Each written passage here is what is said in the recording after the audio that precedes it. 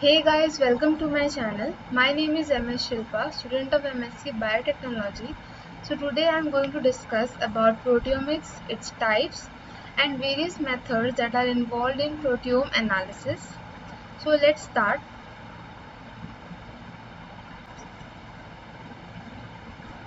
So to study about proteomics, we have to know what is proteome. So the term proteome refers to the complete protein set of a cell. किसी cell में जितने भी protein present है उसके complete set को proteome बोलते हैं और प्रोटियोमिक्स होता है उस कंप्लीट सेट का लार्ज स्केल कैरेक्टराइजेशन एंड ये डिफरेंट एरियाज में कैरेक्टराइजेशन होता है like protein protein interaction studies protein function protein localization. जो प्रोटियोमिक स्टडीज़ का फर्स्ट एक्सपेरिमेंट हुआ था वो 1975 में हुआ था एंड उसके साथ 2D जेल इलेक्ट्रोफोरेसिस का भी डेवलपमेंट हुआ था। बट जो एक्चुअल में मल्टीपल प्रोटीन का एफिशिएंट वे में आइडेंटिफिकेशन तब मास स्पेक्ट्रोस्कोपी के डेवलपमेंट के बाद ही पॉसिबल हो सका था। Next, types of proteomics. First, expression proteomics. इसमें सैंपल्स के बीच प्रोटीन एक्सप्रेशन की क्वांटिटेटिव स्टडी को एक्सप्रेशन प्रोटियोमिक्स बोलते हैं। एंड इन स्ट्रक्चरल प्रोटियोमिक्स, इसमें किसी पर्टिकुलर सेलुलर ऑर्गेनेली में प्रेजेंट प्रोटीन कॉम्प्लेक्सेस के स्ट्रक्चर और नेचर को आइडेंटिफाई किया जाता है। एंड इन फंक्शनल प्रोटियोमिक्स, इसमें डिफरेंट प्रोटियोमिक मेथड को यूज़ करके किसी लिविंग सेल में इन्वॉल्व मॉलिक्यूलर नेटवर्क्स की जो प्रॉपर्टीज़ है उसको एनालाइज किया जाता है। Next, use of different types of proteomics. First, expression proteomics. First use is जैसे सैंपल के बीच में प्रोटीन के एक्सप्रेशन को कंपेयर कर सकते हैं। Next is disease specific protein के आइडेंटिफिकेशन को भी किया जा सकता है। फॉर एग्जांपल, एक कैंसर पेशेंट है, उसके ट्यूमर सैंपल और एक नॉर्मल इंडिविजुअल के सिमिलर टिश्यू सैंपल को डिफरेंशियल प्रोटीन एक्सप्रेशन के लिए एनालाइज कर सकते हैं और जो प्रोटीन ओवर या फिर अंडर एक्सप्रेस्ड है कैंसर पेशेंट में उसे नॉर्मल इंडिविजुअल से कंपेयर करके आइडेंटिफाई किया जा सकता है। Next is structural proteomics boost.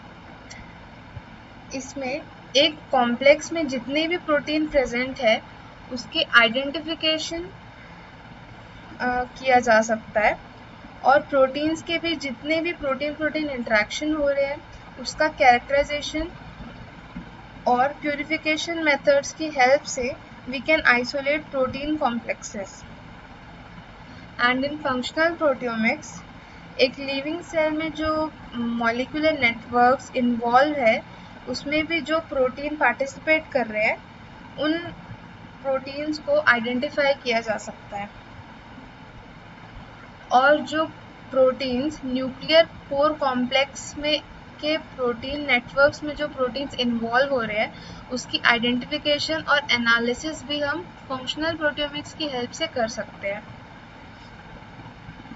And जो प्रोटीन है जो किसी मॉलिक्यूल के ट्रांसलोकेशन में इम्पॉर्टेंट रोल प्ले करते हैं उन प्रोटीन्स की आइडेंटिफिकेशन के लिए भी हम फंक्शनल प्रोटियोमिक्स का यूज़ करते हैं। Next are the various methods which are used in proteome analysis. We will discuss this one by one. First is 2D gel electrophoresis. In this technique, the proteins are resolved on a gel and moves through a pH gradient using isoelectric focusing. And इससे protein first dimension में according to their isoelectric point separate होते हैं। तो isoelectric point क्या है? ये एक ऐसा पीएच है एट विच जो पर्टिकुलर मॉलिक्यूल है उसमें कोई भी नेट इलेक्ट्रिकल चार्ज नहीं होता है एंड इस पीएच ग्रेडियंट में जो प्रोटीन है वो तब तक मूव करते हैं until they reach their isoelectric point and then the protein stops moving. thus जो फर्स्ट डायमेंशन है वो प्रोटीन को based on the content of ionizable amino acid separate करता है. Then it is followed by electrophoresis in the presence of sodium dodecyl sulfate and ये protein को according to their molecular mass separate करता है.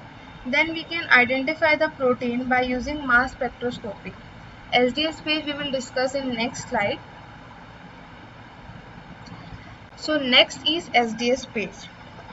तो हम इसे ऐसे समझते हैं, जब प्रोटीन इलेक्ट्रोफोरेसिस से सेपरेट होते हैं थ्रू अ जेल मैट्रिक्स, तो जो स्मॉल प्रोटीन्स है वो फास्ट माइग्रेट करते हैं due to less resistance from the gel matrix, और प्रोटीन के स्ट्रक्चर और चार्ज से भी प्रोटीन का रेट ऑफ माइग्रेशन इन्फ्लुएंस होता है. So in SDS PAGE, SDS sodium dodecyl sulphate and PAGE polyacrylamide gel का यूज करके जो बाकी इन्फ्लुएंस है स्ट्रक्चर और चार्ज का, उसे हम एलिमिनेट कर सकते हैं, और प्रोटीन का सेपरेशन सिर्फ मॉलिक्यूलर मास के बेस पे होता है. सो एसडीएस एक एनायनिक डिटर्जेंट है जो प्रोटीन को नेगेटिव चार्ज से कोट कर देता है. तो सारे प्रोटीन्स अपने मॉलिक्यूलर वेट के अकॉर्डिंग नेगेटिव पोल से पॉजिटिव पोल की तरफ माइग्रेट करेंगे, एंड जो स्मॉलेस्ट पॉलीपेप्टाइड होगा वो फास्टेस्ट ट्रेवल करेगा. You can see in this diagram, जो स्मॉल प्रोटीन है वो फास्ट माइग्रेट कर रहे हैं. Next is mass spectroscopy. जो 2D जेल इलेक्ट्रोफोरेसिस हमने फर्स्ट मेथड पढ़ा, वो और ज़्यादा एफिशिएंट हो जाता है जब उसे मास स्पेक्ट्रोस्कोपी के साथ कपल किया जाता है. सो मास स्पेक्ट्रोस्कोपी में प्रोटीन्स को प्रोटियोलाइटिक एंजाइम से ट्रीट करके कट किया जाता है इनटू स्मॉलर फ्रैगमेंट्स, और जो फ्रैगमेंट्स है उनको मास स्पेक्ट्रोमीटर में एनालाइज करते हैं, एंड फ्रैगमेंट्स के मास को इस तरह, ये दिख रहा है, इस तरह प्लॉट किया जाता है. ये मास फिंगरप्रिंट को यूज करके probable amino acid composition determine कर सकते हैं फ्रैगमेंट के, एंड फाइनली प्रोटीन आइडेंटिफाई हो जाएगा. Next is protein microarray. ये एक हाई थ्रूपुट मेथड है जिसका यूज प्रोटीन की एक्टिविटीज, इंटरैक्शन और फंक्शन को लार्ज स्केल में डिटरमाइन करने में यूज किया जाता है.